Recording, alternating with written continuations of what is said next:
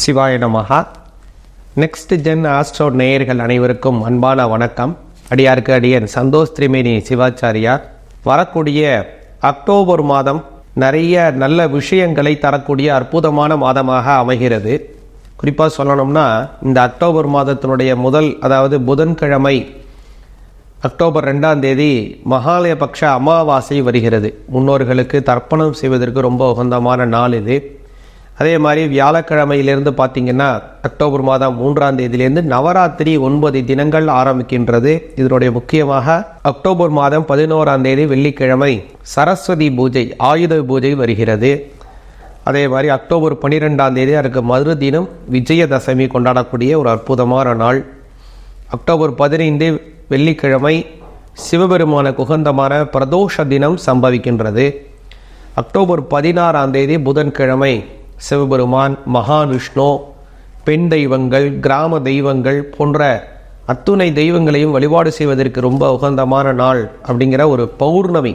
அதுவும் இந்த புரட்டாசி மாதத்திலே வரக்கூடிய பௌர்ணமி அப்படிங்கிறது ரொம்ப சிறப்பு வாய்ந்த ஒரு நல்ல நாள். அதே மாதிரி அக்டோபர் மாதம் 18ஆம் தேதி வெள்ளிக்கிழமை புரட்டாசி மாதம் முடிவடைந்து ஐப்பசி மாதம் ஆரம்பிக்கின்றது. இந்த ஐப்பசி மாதம்ங்கிறது துலா மாதத்தினுடைய ஒரு நல்ல நாள்.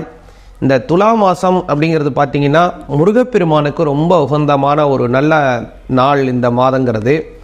அது மட்டும் இல்லை, துலா மாதத்திலிருந்து தான் மழை அதிகமாக பெய்ய ஆரம்பிக்கும். அதனால தான் துலா உற்சவம் அப்படின்னு பார்த்திங்கன்னா காவேரி ஓடக்கூடிய பகுதிகளிலே ரொம்ப சிறப்பாக கொண்டாடுவார்கள். அப்புறம் ஐப்பசி மாதம் ஆரம்பித்த மறுநாள், அதாவது அக்டோபர் 19ஆம் தேதி முருகப்பெருமானுக்கு உகந்த கிருத்திகை வருகிறது, சனிக்கிழமை.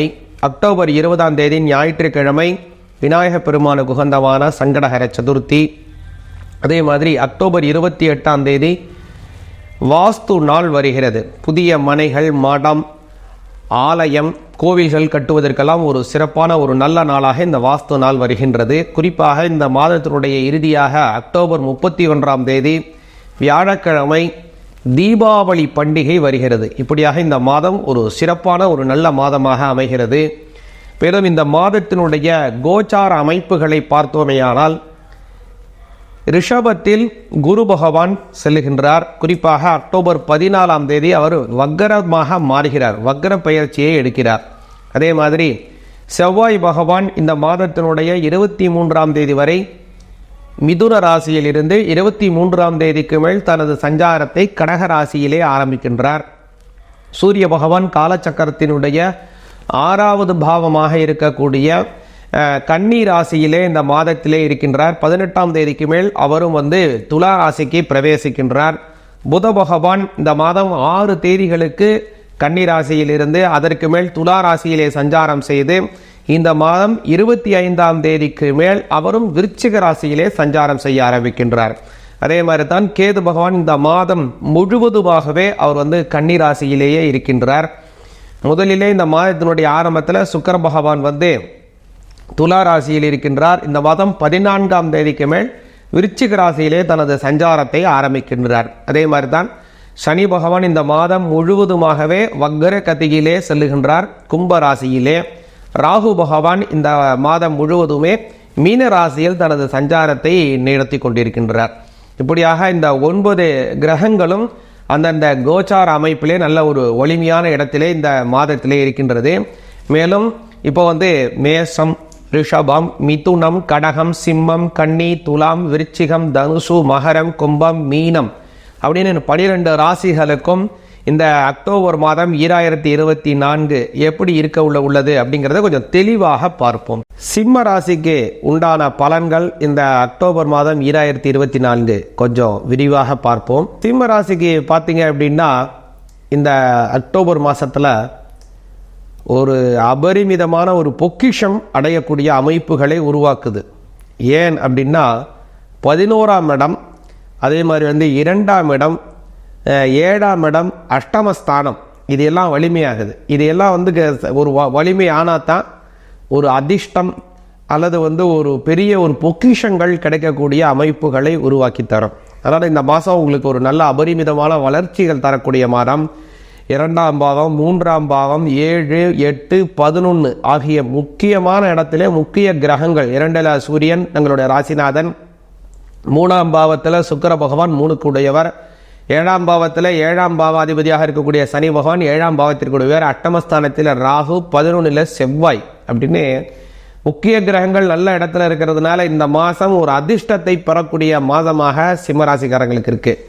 அதே மாதிரி உங்களுடைய ராசிநாதன் 2ஆம் பாவத்தில் இருக்கிறார்.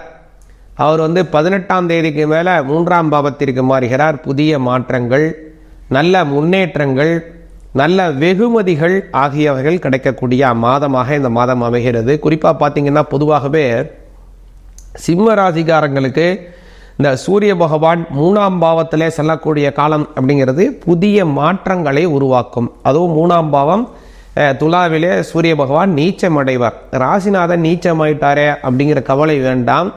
ஏன்னா 3ஆம் இடத்திலே சூரிய பகவான் நீச்சம் அடைவது நல்லது. குறிப்பாக ஒரு முன்னேற்றம் இல்லாமல் இருப்பது, அல்லது ஒரு இடம் மாறணும். ஒரு உங்களுக்கு ஒரு இடத்துல வேலை செய்கிறீங்க, உங்களுடைய பிஸ்னஸ் ஒரு இடத்துல இருக்குது, இதுக்கும் அதுக்கும் போயிட்டு வர்றதுக்கு ரொம்ப ஒரு பெரிய கன்வீனியன்ட் ஆகிட்டே இருக்குது. அல்லது ஒரு ஒரு உங்களுடைய வேலை இடத்திற்கு அருகாமையிலே உங்களை இருப்பிடம் இருக்க வேண்டும் அப்படிங்கிற ஒரு ஆசை, இது மாதிரி வந்ததுன்னா இவைகள் எல்லாமே நிவர்த்தி ஆகும். அதாவது குறிப்பாக எப்படி சொல்லணும்னா, உங்களுடைய வேலையை செய்யக்கூடிய இடத்துக்கு பக்கத்தில் ஒன்று உங்களுடைய வீடு மாறுவீங்க, அல்லது உங்களுடைய வீட்டுக்கு அருகாமையிலே உங்களுடைய வேலை இடம் அமையும். 2ல் ஏதோ ஒன்று நடக்க போகுது இந்த அக்டோபர் மாதத்தில். அதே மாதிரி இன்னொரு சிறப்பு என்ன அப்படின்னா, இந்த மாதத்தில் செவ்வாய் பகவான் 12ஆம் பாவத்திற்கு 23ஆம் தேதிக்கு மேலே வருகிறார். முதல்ல இந்த செவ்வாய் பகவான் மிக முக்கியம். ஏன் அப்படின்னு பார்த்தீங்கன்னா, சிம்மராசிக்கு 4ஆம் பாவத்திற்கும் 9ஆம் பாவத்திற்கும் உடையவர் செவ்வாய் பகவான். 4, 9க்கு உடையவர் 11ல் இருக்கார் முதல்ல. அதனால் பூர்வீக சொத்துக்களாகட்டும், புதிய வீட்டு உபகரணங்கள், ஏசி, ஃப்ரிட்ஜு, வாஷிங் மிஷின், அல்லது வேறு ஏதோ வீட்டுக்கு தேவையான உபகரண பொருட்கள், முக்கியமான ஒரு உபகரண பொருட்கள் வாங்குவதற்கு வாய்ப்பு இந்த மாதத்தில் அமையுது. 11. அதே செவ்வாய் 12ஆம் பாவத்திற்கு 23ஆம் தேதிக்கு மேலே வரார். அதனால் கண்டிப்பாக ஒரு பெரிய வீட்டு உபகரண பொருட்களுக்கு பெரிய செலவுகள் இந்த மாதம் உங்களுக்கு ஏற்பட உள்ளது சிம்மராசிக்காரங்களுக்கு. அப்புறம் சிம்மராசிக்காரங்களுக்கு இன்னொரு சிறப்பு என்ன அப்படின்னா, இந்த 4ஆம் அதிபதி 12ஆம் பாவத்தில் போகிறதுனாலங்க வீடுகள் வாங்குவதற்கோ வாகனங்கள் வாங்குவதற்கோ வாய்ப்பு உள்ளது. பொதுவாகவே செவ்வாய் நிலத்திற்கு அதிபதி, பூமிகாரகன் அப்படின்னு பேர் அவருக்கு. அதனால் பூமிகாரகன் 12ல் 4ஆம் அதிபதி போகிறதுனால ஒரு வீடு வாங்குவதற்கோ, அல்லது ஏற்கனவே ஒரு இடம் வச்சுருக்கீங்க, அந்த இடம் ஒரு நல்ல ரேட் வந்தால் போகலான்னு நீண்ட நாளாக வெயிட் பண்ணிட்டு இருக்கீங்க, ஆனால் அந்த இடம் அந்த அளவுக்கு ஒரு ரேட் போகாமல் இருக்குன்னா இந்த மாதத்தில் நீங்கள் நினைப்பதை விட அதிகமான ரேட்டுக்கு அந்த இடம் விற்பனை அடைவதற்கு வாய்ப்பு உள்ளது. அதனால் ஏதாவது ஒரு இடத்த சேல்ஸ் பண்ணணும்னா இந்த மாதம் ட்ரை பண்ணுங்க, கண்டிப்பாக சேல்ஸ் ஆகும். நல்ல மனதிற்கு ஏற்றார் போல விலைக்கில் சேல்ஸ் ஆகும், முதல் விஷயம். அப்புறம் குரு பகவான் பார்த்தீங்கன்னா உங்களுக்கு அஷ்டமஸ்தானாதிபதி 5க்கு உடையவர் சிம்மராசிக்கு. அஷ்டமஸ்தானாதிபதியாக இருக்கக்கூடியவர் 10ஆம் பாவத்தில் ஜீவனஸ்தானம், அதே மாதிரி 5ஆம் அதிபதி 10ஆம் இடத்துல ஜீவனஸ்தானம். அதில் அவர் வலிமை அடைகிறார். எப்படின்னா வக்ரத்திலே வலிமை அடைகிறார். வக்ர வலிமைங்கிறது ரொம்ப அற்புதம். அதுவும் 10ல் குரு வலிமை, வக்ர வலிமை அப்படிங்கிறது எப்படியான ஒரு நல்ல இது அப்படின்னா, வலிமையான உங்களுடைய உங்களுடைய ஒரு பொசிஷன்னு சொல்லுவாங்க. உங்களுடைய அசைக்க முடியாத இடத்துல நீங்கள் இப்போ உட்கார போகிறீங்க. நீங்கள் ஒரு வேலை செய்கிறீங்கன்னா இந்த வேலைக்கு இவரை விட்டால் ஆள் கிடையாதுங்க, இவர் தாங்க இந்த வேலையை செய்ய முடியும், இவர்கிட்ட போனால் தாங்க இந்த வேலை நமக்கு நடக்கும் அப்படின்னு உங்களுக்குன்னு இருக்கக்கூடிய உங்களுடைய துறை சார்ந்த இடத்துல உங்களுக்கு தனித்துவமான ஒரு மரியாதை, உங்கள் மீது அசைக்க முடியாத நம்பிக்கைகள் உங்களுடைய கஸ்டமர்கிட்டையோ உங்களுடைய மேல் அதிகாரிகிட்டையோ வரப்போகுது. அதனால் உங்களுடைய ஸ்தானத்திலே வலிமை அடைவிருக்கின்றீங்க, வேரூன்றி வளரவிருக்கின்றீர்கள். அதனால் இந்த இடத்துல 10ஆம் பாவத்திலே குரு பகவான் வக்ரம் அப்படிங்கிறது 12 ஆண்டுகளுக்கு ஒரு முறை வரக்கூடிய அற்புதமான ஒரு காலம். அந்த காலம் உங்களுக்கு இப்போது கைகூடவிருக்கின்றது. அதனால் இந்த சமயத்தை நீங்கள் பயன்படுத்தணும். நிச்சயமாக சிம்மராசிக்காரங்க பயன்படுத்தணும். அதே மாதிரி 7ஆம் இடத்திலே 6ஆம் அதிபதி வக்ரம் அடைகிறார். 7 கூடையவரும் அவர் தான். இந்த சமயத்தில் கடன் நிவர்த்தி அடைவதற்கு வாய்ப்பு இருக்குது. ஏன்னா 6 இடம்ங்கிறது கடன், அதுக்கப்புறம் வியாதி, அதே மாதிரி வம்பு, வழக்குகள், தேவையற்ற உடல் உபாதைகள் எல்லாமே 6வது ஸ்தானம். அதற்கு உடையவர் 7ஆம் பாவத்தில் வக்ரத்தில் தான் இந்த மாதம் ஃபுல்லாக போகிறாரு. அதனால் இந்த மாதத்தில் இது மாதிரி உபாதைகள் இருந்து வந்தால், எதிரி பிரச்சனை இருக்கிறது அல்லது கூட இருக்கிறவங்களே அனுகூலமாக இருக்கிறவங்களே சத்துருக்களாக மாறுறது, அதுக்கு அனுகூல சத்துருன்னு பேர், அந்த மாதிரி மாறுறது, அல்லது அடிக்கடி உடல் உபாதைகள் ஏற்படுவது, தேவையற்ற குடும்பத்தில் இருக்கிறவங்களுக்கோ உங்களுக்கோ அல்லது குடும்பத்தில் இருக்கிற மற்ற உறுப்பினர்களுக்கோ தேவையற்ற வைத்திய செலவுகள் ஏற்படுவது, இப்படிலாம் இருந்து வந்ததுன்னா எல்லாமே நிவர்த்தியாகும். ஒரு ஆரோக்கியமான ஒரு நல்ல முன்னேற்றமான எதிர்ப்பற்ற சூழ்நிலையில் நல்ல வளர்ச்சிகள் உங்களுக்கு அமையும் சிம்ம ராசிகர்களுக்கு இந்த அக்டோபர் மாதத்தில். அப்புறம் ராகு பகவான் அஷ்டமஸ்தானத்தில் ஆயுள் ஸ்தானத்திலே போகிறார். இது போககாரகன் அஷ்டமஸ்தானத்தில் போகிறது அப்படிங்கிறது பார்த்தீங்க அப்படின்னா வெளியூர் அல்லது வெளியிடம், வெளிநாடு, வெளி மாநிலம், வேற்று மொழி பேசக்கூடிய அன்பர்கள் இவங்க மூலமாக உங்களுக்கு ஒரு ஆதாயம், வரவுகள், பொருளாதார வளர்ச்சிகள் ஏற்படும். 2ஆம் பாவத்திலே கேது பகவான் இந்த மாதம் முழுவதுமே போகிறார். அதனால் உங்களுக்கு பேச்சிற்கு நல்ல மரியாதை. ஏன்னா கேதுகாரகன் ஞானகாரகன் வாக்குஸ்தானத்தில் போகக்கூடிய அமைப்புங்கிறதுனால. இன்னொன்று குரு பகவானுடைய இந்த மாதம் 14ஆம் தேதிக்கு மேலே குரு பகவானுடைய வக்கர பார்வை 5ஆம் பார்வையாக அந்த கேதுவை பார்க்குறாரு. அதனால் உங்களுடைய பேச்சு ஸ்தானம் வலிமையாக இருக்கும். உங்களுடைய பேச்சிற்குன்னு தனித்துவமான பல விஷயங்கள் நடைபெறுவதற்கு வாய்ப்பு உள்ளது இந்த மாதத்தில். அதனால் இந்த மாதத்தில் சிம்மராசிக்காரங்களுக்கு நல்ல வளர்ச்சிகள் அமையவிருக்கிறது. குறிப்பாக இந்த மாதத்தில் 12ஆம் பாவத்திலே செவ்வாய் வர்றதுனால முருகப்பெருமான் வழிபாடு மிக அவசியம், மிக மிக அவசியம்னு சொல்லலாம். செவ்வாய்க்கு காரக தெய்வமாக இருப்பவர் முருகப்பெருமான். அதனால தான் செவ்வாய்க்கிழமையில் முருகனை நம்ம வழிபாடு பண்ணுறோம். 7 நாள் வாரத்தில் இருந்தாலும் கூட செவ்வாய்க்கிழமையில் சிறப்பு முருகன் அப்படின்னு நம்ம சொல்ல காரணம் என்ன, செவ்வாய் கிரகத்திற்கு காரகத்துவம் யாருன்னா முருகப்பெருமான். அதனால் அவரை வணங்கினா செவ்வாயினுடைய கோட்பாடுகள் எல்லாம் சமனாகும், அவருடைய விஷயங்கள் சாந்தி அடைந்து நன்மைகள் கிடைக்கும். இப்போ செவ்வாய் முருகப்பெருமானை எப்படிங்க வணங்குறது அப்படின்னா, செவ்வாய்க்கிழமையில் விரதம் எடுத்து வழிபாடு செய்யலாம்.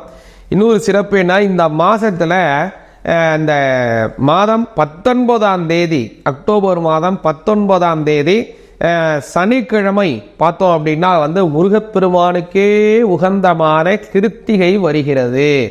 இந்த மாசத்தம் ஐப்பசி கிருத்திகை ரொம்ப சிறப்பு. ஏன்னா இதுக்கப்புறம் பார்த்தீங்கன்னா அது கந்த சஷ்டி வந்துடும். அதனால் முருகப்பெருமானுக்கு உகந்தமானது இந்த கிருத்திகை நட்சத்திரம். இந்த நாளில் முருகப்பெருமானுக்கு 6 மலர்கள், 6 வகையான மலர்களை கொண்டு அர்ச்சனை செய்யுங்க. அதே மாதிரி 6 வகையான புஷ்பங்கள், பழங்கள், நிவேத்தியங்கள் இதையெல்லாம் முருகப்பெருமானுக்கு வச்சு அர்ச்சனை செய்யுங்க. முடிந்தால் சத்ரு சம்ஹார திரிசதி அர்ச்சனை அப்படின்னு ஒரு அர்ச்சனை இருக்கு. அந்த அர்ச்சனை 300 அர்ச்சனை இருக்கும். முருகப்பெருமானுடைய 6 முகத்திற்கும் ஒவ்வொரு முகத்திற்கும் 50 அர்ச்சனை வரும். இந்த அர்ச்சனையை முடிந்தால் கோவிலிலோ அல்லது உங்களுடைய இல்லத்திலோ அந்த அர்ச்சனையை சொல்லி ஒவ்வொரு முகத்திற்கும் ஒவ்வொரு விதமான மலர்கள், ஒவ்வொரு விதமான நைவேத்தியங்கள், ஒவ்வொரு விதமான பழங்களை வச்சு வழிபாடு செய்து அர்ச்சனை செய்து வந்தீங்கன்னா இந்த மாதம் அபரிமிதமான ஒரு ஜாக்பாட் உங்களுக்கு அடிக்கும். சிவாய நமக. இப்போ நம்ம இந்த பார்த்த பலன் அப்படிங்கிறது, இந்த கோச்சார பலன் அப்படிங்கிறது உங்களுக்கு நல்ல பலன்களை பரிபூர்ணமாக தர வேண்டிய பலன்கள்.